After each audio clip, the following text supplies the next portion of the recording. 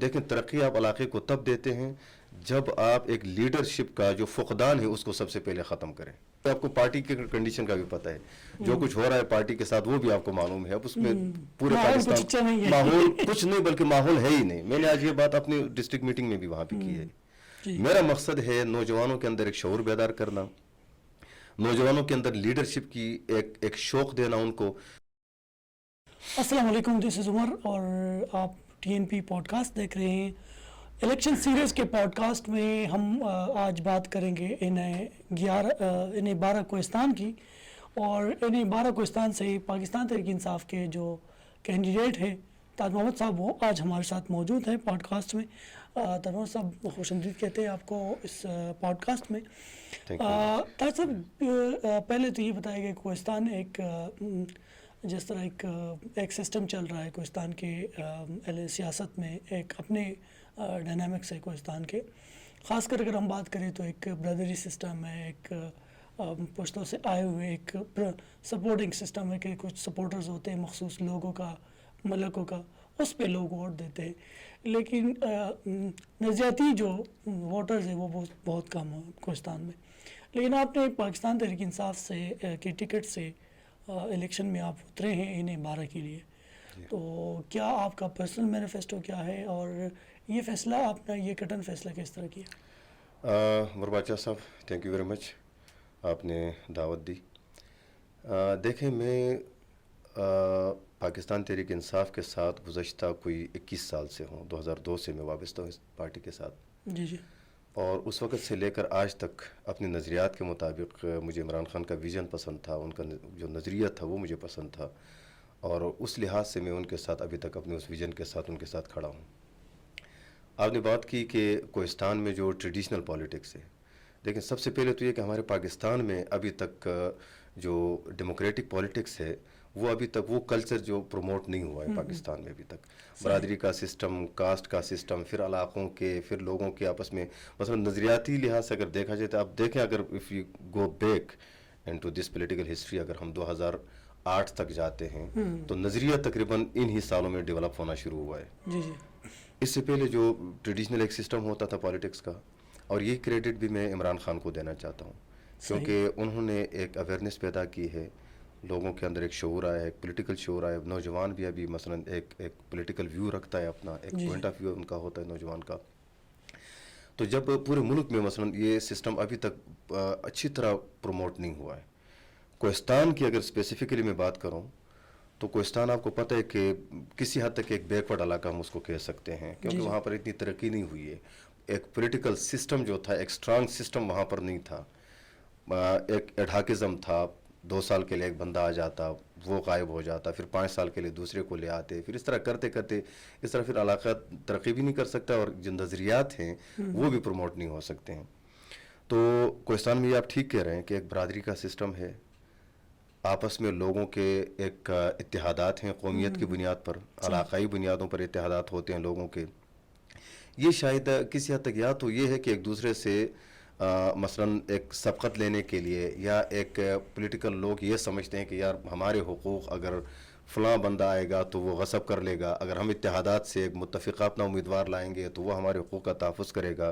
तो ये मुख्तलिफ राय है लोगों की. कोई कहते हैं कि हम पैसे की सियासत को रोकने के लिए मसलन इत्तेहादात कर रहे हैं. कोई कहता है कि जी जो पहले का जो सिस्टम है, मसलन हमारे कोहिस्तान में जो ट्रेडिशनल जो सियासत का भी सिस्टम है, एक सिस्टम जो जुम्बे का या एक कौम का जो चला आ रहा है, कुछ लोग कहते हैं कि यार चलो उसको हम डिस्करेज करना चाहते हैं. मेरा यहाँ पे पॉइंट ऑफ व्यू जो है डिफरेंट है बिल्कुल. देखें, जब तक आप एक डेमोक्रेटिक सिस्टम लॉन्च नहीं करेंगे, जब तक आप नौजवानों के अंदर एक नज़रियाती सिस्टम नहीं लाएंगे, यहाँ पर मैं पार्टी की बात ये नहीं करूँगा कि सिर्फ पाकिस्तान तहरीक इंसाफ की नज़रियात हैं, हर एक पार्टी का अपना एक नज़रिया है. जब तक आप ये बावर नहीं करवाएंगे कि हम जब तक नज़रियात के ऊपर नहीं चलेंगे तो लीडरशिप पैदा नहीं होगी. जब तक हम ये इत्तेहादात और इन चीज़ों के पीछे जाएंगे, ट्रेडिशनल पॉलिटिक्स के पीछे जाएंगे, तो लीडरशिप आप पैदा नहीं कर सकते. नौजवानों के अंदर एक पॉलिटिकल जो इंथुजियाज्म है वो आप पैदा नहीं कर सकते हैं. मेरा तो इब्तिदा से एक, और मैं अल्हम्दुलिल्लाह मैं ये भी गारंटी से कहता हूँ कि जब से मैं तहरीक इंसाफ के साथ वाबस्ता हुआ हूँ, तो 2013 में मैंने टिकट के लिए भी अप्लाई किया था. जी. कुछ रीज़न्स थी, उसके बाद हमने टिकट जो है दूसरे साथी को दिया. اس کے بعد 2018 میں 2013 سے 18 تک اور 18 سے پھر 22 تک جو ہے ہماری پارٹی تھوڑی سی کوہستان سے کچھ الیکٹیبلز اس کے اندر شامل ہوئے. کچھ مثلا لوگوں نے پھر پارٹی کے لیے کام نہیں کیا, یا کچھ لوگ یہاں سے آزاد حیثیت سے گئے اور وہاں پر پارٹی میں شامل ہو گئے, حکومت میں شامل ہو گئے صوبائی. تو پھر پارٹی جو ورکرز کے اوپر انہوں نے کام نہیں کیا.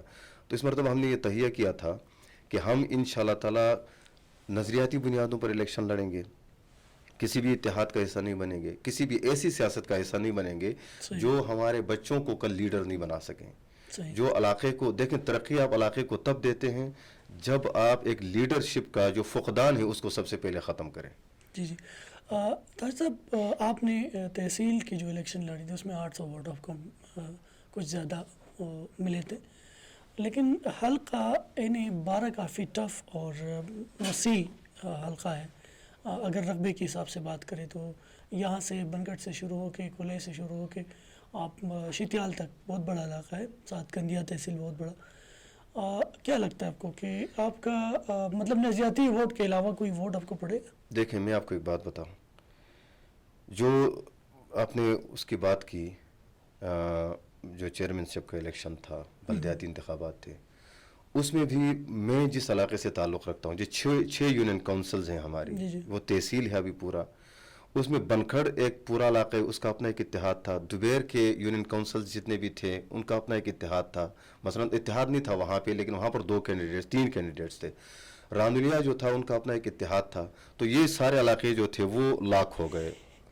اب پیچھے بچ گیا صرف ایک میرا علاقہ جیجال کا, جو ایک یونین کونسل کے اوپر وہ ہے, اور اس کے اندر میرے خیال میں جو ووٹ پول ہوتے ہیں کوئی آئی تھنک کوئی 4000 کے قریب ووٹ پول ہوئے تھے, اور اس میں ہم 6 کینڈیڈیٹس تھے. تو ان 6 کینڈیڈیٹس میں ظاہر بات ہے میرا اتنا ہی ووٹ بنتا تھا پھر, کیونکہ اس میں پھر نظریاتی ووٹ وغیرہ اس وقت شامل نہیں تھے. آپ آزاد حیثیت سے, میں آزاد حیثیت سے تھا اس وقت.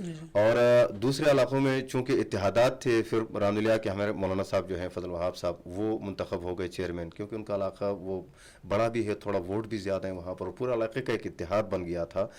یہاں پر آپ نے بات کی کہ NA کے لیے, تو دیکھیں میں اصل میں سیاست میں میرا مقصد کچھ اور ہے. میں اس لیڈر کے ساتھ ہوں جو آپ کو پتہ ہے کہ جب ابتدا میں جب پارٹی بنائی تو آپ جیسے جرنلسٹ ان کے ساتھ کوئی 15-20 آدمی ہوں گے, اور کوئی بھی نہیں تھا اس کے ساتھ. پہلی دفعہ اس بندے نے اپنی سیٹ بھی نہیں جیتی. DI خان سے اپنے علاقے سے میاں والی کی سیٹ انہوں نے پہلی دفعہ نہیں جیت سکے. دوسری دفعہ الیکشن میں وہ بندہ ایک دفعہ بائیکاٹ کیا, اور پھر اگلی دفعہ جو تھا انہوں نے صرف ایک سیٹ لی اپنی. اور پہلی دفعہ میرے خیال میں صوبائی سیٹ, جہاں تک مجھے یاد پڑتا ہے کہ مشتاق غنی نے صرف ایک سیٹ نکالی تھی PTI کی. اب اس بندے کی محنت تھی, ایک 27 سال کی محنت کرتے کرتے کرتے آج مثلا تفصیل میں جانے کی ضرورت نہیں ہے وہ کس کنڈیشن میں ہے, یا اس کی وہ پارٹی ہے, یا اس کا وہ نظریہ ہے, یا اس کے نوجوانوں کے اندر جو پولیٹیکل شعور اس نے دیا ہے وہ کس حد تک پہنچ چکا ہے. میرا بھی یہاں پر مقصد جو ہے صرف ایک نظریاتی سیاست کو پروموٹ کرنا ہے. اب چاہے اس میں آپ کو یہ بھی بتاؤں کہ اس میں اگر آپ مجھ کو, حالانکہ آپ کو پارٹی کے کنڈیشن کا بھی پتہ ہے, جو کچھ ہو رہا ہے پارٹی کے ساتھ وہ بھی آپ کو معلوم ہے. اب اس میں پورے پاکستان ماحول کچھ نہیں, بلکہ ماحول ہے ہی نہیں. میں نے آج یہ بات اپنی ڈسٹرکٹ میٹنگ میں بھی وہاں پہ کی ہے کہ دیکھیں ہمیں ماحول کس طرح کا مل رہا ہے وہ سب کو پتہ ہے. اب ایسے ماحول میں جب آپ پارٹی کے ساتھ ایک سٹک کرتے ہیں, پارٹی کے ساتھ آپ کھڑے رہتے ہیں, سٹینڈ لیتے ہیں پارٹی کے ساتھ, تو میرے خیال میں سب سے پہلی بات تو یہ ہے.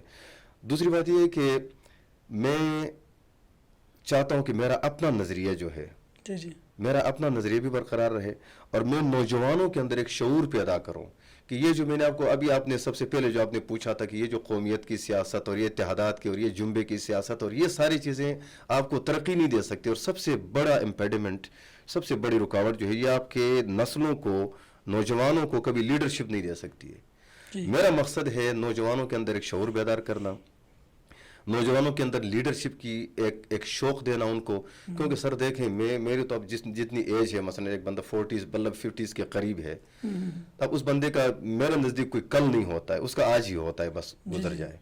کل ہوتا ہے آپ کے بچوں کا, آپ کے نوجوانوں کا, آپ کی نسلوں کا. تو ان نوجوانوں کے اندر یہ بات باور کروانا ہے کہ دیکھیں کل آپ لوگوں کا ہے, ہمارا تو کل نہیں ہے. آپ لوگوں نے اپنے اندر سے لیڈر پیدا کرنے ہیں. کوہستان الحمدللہ وہاں پر تعلیم کی اب کوئی کمی نہیں ہے, لیکن سٹل جو پولیٹیکل فیمل لٹریسی ریٹ وہ کیوں ہے, اس کے پیچھے بھی یہی چیزیں کار فرما ہے. کیونکہ دیکھیں جو بھی بندہ سیاست میں آیا ہے, सबसे पहली बात तो ये कि उसने नीड बेस्ड कोई काम नहीं किया कोहिस्तान में। सही। जिसने स्कूल बनाए हैं अपने किसी पार्टी के बंदे के लिए, अपने किसी डले के बंदे के लिए, किसी जुम्बे के बंदे के लिए एक नौकरी क्रिएट करने के लिए उसने स्कूल बनाया। क्लास 4 बच्चे। जहां भी आप देखते हैं, देखिए मैं ओपनली बात करूंगा, जहां भी आप देखते हैं स्कूल बनाए हैं तो इसी बेस, आप इतने बड़े काम को इतने छोटे से मकसद के लिए करेंगे, उसका फिर यही रिजल्ट निकलेगा। सही है, सही है। हॉस्पिटल्स बनाए हैं, BHUs बनाए हैं, तो नीड बेस्ड अगर कोई चीज़ आप नहीं बनाते हैं, असेसमेंट की बुनियाद पर नहीं बनाते, तो जाहिर बात है वहाँ पर चीज़ें, फिर आप एक स्कूल ऐसी जगह बनाते हैं वहाँ पर आपका कोई मसलन कोई पार्टी वर्कर है, उसके लिए आप स्कूल बनाते हैं, उसके घर के आसपास और कोई घर नहीं है, या कोई रीज़न है कि दूसरी जगह से बच्चियां वहाँ पे आ नहीं सकती हैं, लेकिन आपने तो सिर्फ अपने उस बंदे को खुश करना है, आपने वहाँ पर वो स्कूल्स बनाए हैं, तो लिटरेसी रेट तो फिर कम ही रहेगा। साहब मुझे ये बताएं कि आप ख़ुद को मतलब अगर कैटेगरी आप देखें तो मतलब किसके साथ के मुकाबला में है और क्या पोजीशन आपको लगता क्या है? मेरी पोजीशन ये होती है ना जी, सियासत में सबसे पहले आपका मकसद होता है, आप किस मकसद से सियासत कर रहे हैं। वो तो आपने बता दी। मैं अल्लाह को हाजिर नाजिर जानकर जो मकसद था मेरा, आपने वो मैंने आपको बता दिया। दूसरी बात है कि कोहिस्तान में unpredictability is the most predictable thing कहते हैं ना, वहाँ पर कुछ नहीं कहा जा सकता है कि कल क्या हो रहा है। सही। वहाँ पर चीज़ें प्रिडिक्टेबल नहीं है।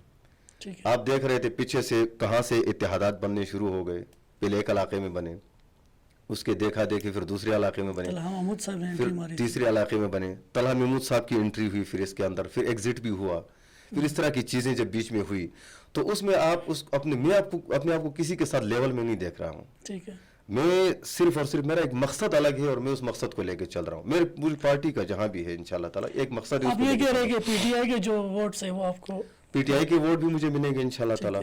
मेरे पास वोट बैंक मेरे अपने स्टूडेंट्स हैं। मैंने अल्हम्दुलिल्लाह कोहिस्तान में 22 साल से एजुकेशन में काम किया है। ठीक है। कोई ऐसा इलाका नहीं जहाँ पर मेरे स्टूडेंट्स ना हो, और वो स्टूडेंट्स जिनको मैंने 2001 से स्कूल्स का काम किया है, स्कूल्स पढ़ाना शुरू किया है, और वो अभी तक वोटर्स हैं सारे, तो इंशाल्लाह ताला उनका भी है, उनको एक अवेयरनेस मैंने दी हुई है, हर लिहाज से तालीमी अवेयरनेस दी है, जो पॉलिटिकल अवेयरनेस उनको दी हुई है। क्वेश्चन आपसे करता हूँ कि ये जो एक नया काम हुआ है, नया काम इसलिए कि इनकी मलकों की अपने पास में ज़ाती दुश्मनी थी और मतलब अनबिलीवेबल थिंग है ये कि जी हाँ बिल्कुल इनकी आपस में इत्तेफाक हुआ है, और फिर इत्तेफाक के बाद उन्होंने बाकायदा तौर पे एक NA का और एक PK का उन्होंने तकसीम किया हुआ है आपस में कि वो इलेक्शन कंटेस्ट करेंगे।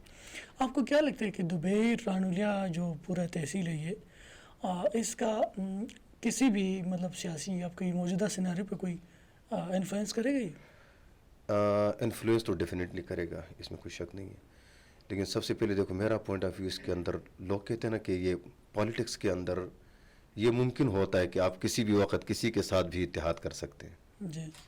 मलक साहबान की जो दुश्मनियाँ थी, काफ़ी अरसा पुरानी दुश्मनियाँ थी उनकी, जो उनकी दुश्मनियाँ चली, उसके बाद एक राइवलरी थी, एक पॉलिटिकल राइवलरी थी, मतलब सियासी तौर पर एक दूसरे के खिलाफ थे, एक पार्टी के साथ दूसरी पार्टी, एक जुम्बा दूसरे का दूसरा जुम्बा।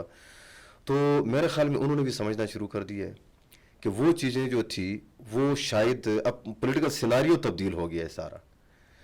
सियासत में आप देख रहे हैं कि इत्तेहादात की सियासत शामिल हो गई, फिर पैसे की सियासत शामिल हो गई, फिर जो आप देख रहे हैं सारा जो चीज़ें आपके सामने हैं, ऐसी हालत में फिर आपको अपना एक, पहली बात तो ये कि आपको अपना सर्वाइवल ज़रूरी होता है, आपको अपना सर्वाइवल रखना होता है, उसके लिए आपको इत्तेहाद, और मेरे नज़दीक मेरे ख्याल में कबाहत भी नहीं है। लोग अक्सर इसको क्रिटिसाइज करते हैं, मैंने अपने फेसबुक पेज पे भी और हर जगह मैंने कहा यार ये इत्तेहादात एक ऐसा काम है, गलत है तो फिर सबके लिए गलत है। अब दूसरी जगह दूसरों के लिए गलत सही है और मलक जो हमारे मलकाना ने उनके लिए सही नहीं, तो ये तो नामुनासिब सी बात हो गई।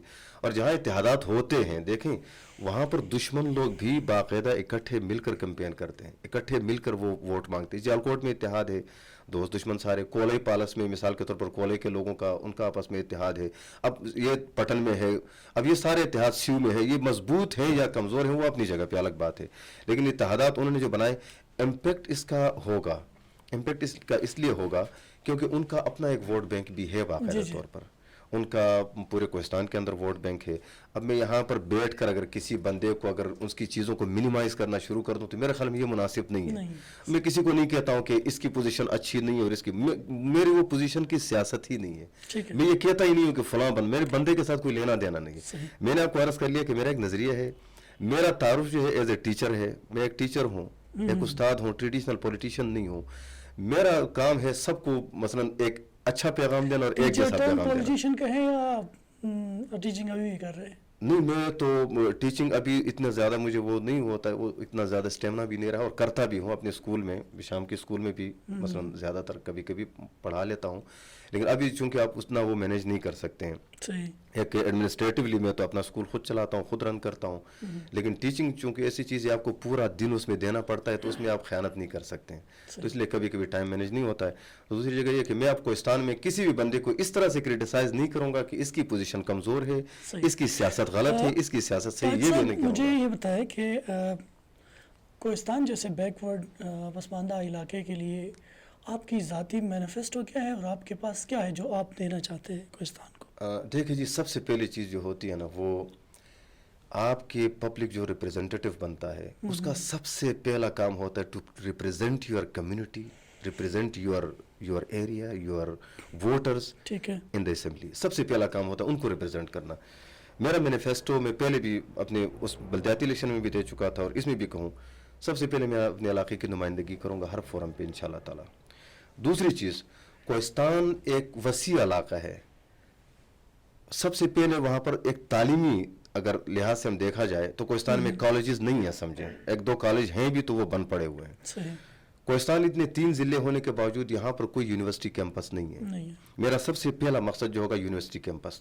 تیسری چیز, کوہستان ایک بہترین خوبصورت علاقہ ہے. ان کو ایک بطور ایک ٹورسٹ ریزارٹ کے طور پر آپ بنا سکتے ہیں پورے کوہستان کو. ہر ایک علاقے کے وادیوں میں آپ جاتے ہیں, بہترین ایک ٹورسٹ اسپاٹس آپ بنا سکتے ہیں کوہستان کے اندر. وہاں پر روڈز کی ایکسیس نہیں ہے, روڈز کی ایکسیس ہو جائے وہ ٹورسٹ اسپاٹس بن جاتے ہیں.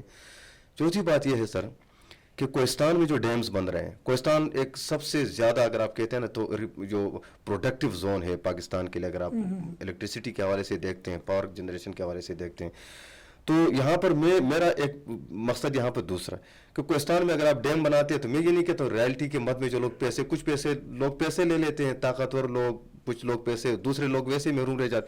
تو جو اصل ڈیم کے لیے جو آپ کی جو ڈسپلیسمنٹ ہوتی ہے, آپ کو جو آپ کو جو سیلف ریسپیکٹ جو ہے وہ ڈیمیج ہوتی ہے, کیونکہ آپ کو اٹھایا جاتا ہے, وہاں سے بھگایا جاتا ہے دوسری طرف.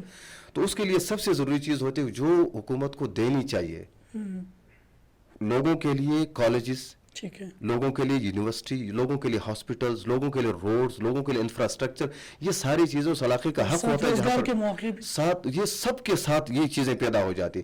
یہ حق ہوتا ہے ان لوگوں کا. لکڑیوں کا کاروبار شاید اب ختم ہو رہا ہے, تو ظاہر ہے لکڑیوں کا دیکھیں چیزیں تبدیل ہو رہی ہیں. لکڑیوں کا تو ہماری بدبختی ہے کہ جو ہم جس ماحول میں ہم داخل ہو رہے ہیں, یا پوری جو گلوبل وارمنگ پوری دنیا کے اندر ہے, اور سب سے زیادہ جو افیکٹڈ ایریا ہے وہ ہمارا یہ زون ہے, ہمارا یہ علاقہ ہے. تو اللہ کرے کہ وہ کاروبار ختم ہو جائیں اور اس طرف کوئی نہ جائے.